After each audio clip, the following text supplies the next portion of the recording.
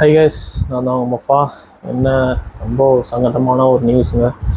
நானும் சாப்பிட்டுட்டு டிவிக்கு வீடியோலாம் பார்த்துட்டு நாமக்கல்ல நடந்ததை ஓகே மீதி தான் நாளைக்கு பார்த்துக்கலாம் சொல்லிட்டு வந்து படுக்கிறேன். திடீர்னு மாமா வந்து கதவை தட்டி நியூஸ் பார்த்தியான்னு சொல்லிட்டு கேட்டாங்க. என்ன நியூஸ் பார்த்தியான்னு சொல்லிட்டு டிவியை போட்டு பார்க்கும்போது தான் தெரியுது 36-29 பேர்கிட்ட அந்த கரூரில் பார்த்தீங்கன்னா சரியான க்ரௌடு போல் ஏகப்பட்ட கூட்டன்றாங்க. அந்த கூட்டத்தில் நெரிசலில் வந்து ஸ்பாட்டில் டெத்துன்றாங்க. மாநாடுக்கே ஏகப்பட்ட பேர் கூட்டம் வந்துச்சு.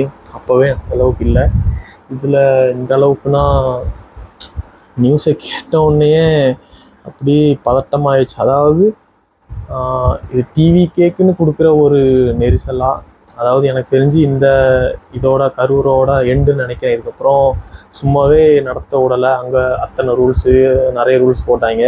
இப்போது 36 பேர் டெத்துன்னொன்னே ஒரு 29 பேர்கிட்ட உயிர் போயிருக்கும். அதாவது இது எப்படி போயிருக்குன்றது யாருக்குமே தெரில. மேபி உண்மையில் அந்த கூட்ட நெரிசலில் போனதா இல்லை எதுவும் சதி நடந்துச்சா யாருக்கும் தெரியாது. அங்கே இருக்கிறவங்களுக்கு தான் தெரியும். அங்கே இருக்கிறவங்க மீன்ஸ் பக்கத்தில், இப்போ என் பக்கத்தில் ஒருத்தங்க இருக்காங்கன்னா அவங்களுக்கு தான் தெரியும். ஆனால் ரொம்ப கஷ்டமாக இருக்குது. ஏன் தான் இந்த கட்சிக்கு மட்டும் இத்தனை சோதனைகள் வருதோ என்னன்னு தெரில.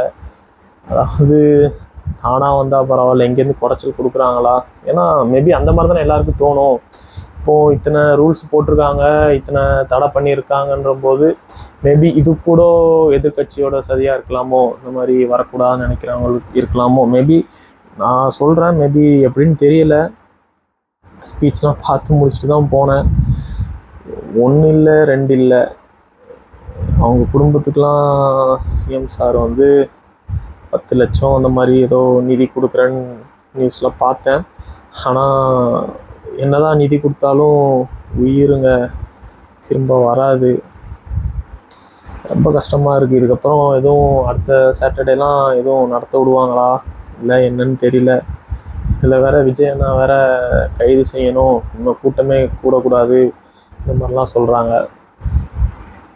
ஏகப்பட்ட க்ரௌடு வரும்னு தெரியும். அப்புறம் எதுக்கு கொஞ்சம் நெரிசலான இடத்துல இது கொடுக்கணும்? அவங்க கொஞ்சம் நல்ல பெரிய இடமா பார்த்து கொடுக்கலாம்.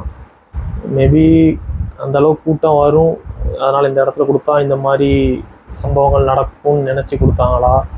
இல்லை இந்த கட்சிக்கெலாம் ஏன் கூட்டம் வரப்போ புதிவான இடம் போதும், இந்த இடத்துல அட்ஜஸ்ட் பண்ணிக்கிறோம் சொல்லிட்டு கொடுத்தாங்களா என்னன்னு தெரில. எங்கேருந்தாமோ பார்க்க தான் வராங்க இந்த ஒரு மனுஷனுக்காக. பேசலாம் நிறைய, ரொம்ப கஷ்டமாக இருக்குது. ஐயோ, இதுக்கு டிவிக்கே தரப்புலேருந்து என்ன சொல்ல போகிறாங்கன்னு தெரியல. வேறு என்ன நியூஸ் எதுவும் அந்த மாதிரி தெரியல. நாளைக்கு காலையில் தான் தெரியும் இது உண்மையில் இந்த கூட்ட நெரிசலில் நடந்ததா இல்லை எதிர்கட்சி பண்ண சதியான்ட்டு.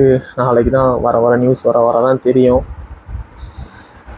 இத்தனைக்குமே அவங்க சொன்னது பார்த்தீங்கன்னா டிவிக்கு தரப்புலேருந்து பெரிய ஆட்கள் யாரும் வர வேணாம், சின்ன பசங்க யாரும் வர வேணாம், முடியாதவங்க, கர்ப்பிணி பெண்கள் யாரும் வர வேணாம், வீட்டில் இருந்தே பாருங்கன்னு தான் சொல்லுவாங்க. அதையும் மீறி வருதுன்னா வேறு லெவல் தான். டிவிக்கே 26 பெரிய சம்பவம் தான்.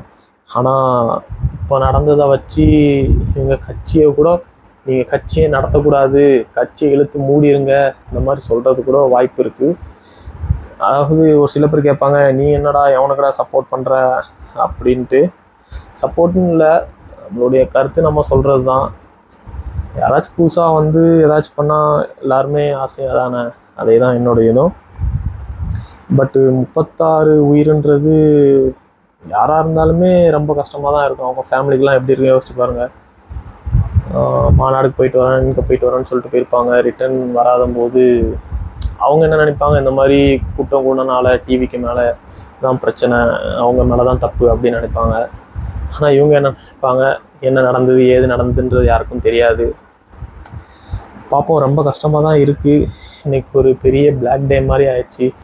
இந்த இவ்வளோ எனக்கு நனவு தெரிஞ்சதுலேருந்து ஒரு கூட்டத்தில் வேறு இந்த மாதிரி மாநாடில் இந்த அளவுக்கு டெத்துன்றது நியூஸ்லையோ இல்லை எங்கேயுமோ கேள்விப்பட்டதில்லை. இதுதான் ஃபஸ்ட் டைமாக இருக்குது.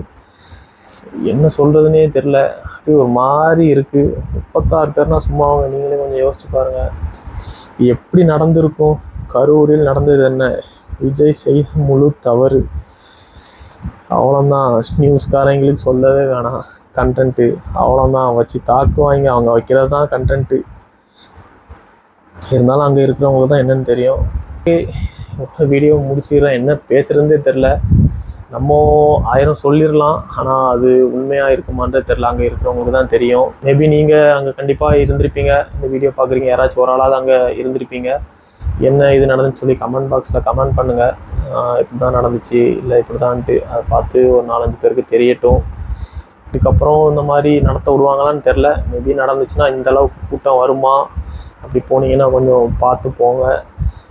ஏன்னா அப்படி இருந்தாலும் தளபதிக்காக இந்த கூட்டம் கண்டிப்பாக வரத்தான் செய்யும். அது ஒரு சில பேர்லாம் அப்படி ரத்தத்துலேயே ஊறி போய் இருப்பாங்க. நான் குறை சொல்லலை, நல்லது தான். ஆனால் நம்ம சேஃப்டியை நம்ம தான் பார்த்துக்கணும். என்ன தான் அவங்க நிவாரண தொகை இவங்களும் கொடுத்தாலும் அவங்களும் கொடுத்தாலும் இருக்கிற மாதிரி வராது. ஓகே, எல்லோரும் சேஃபாக இருங்க. இனி பாய்.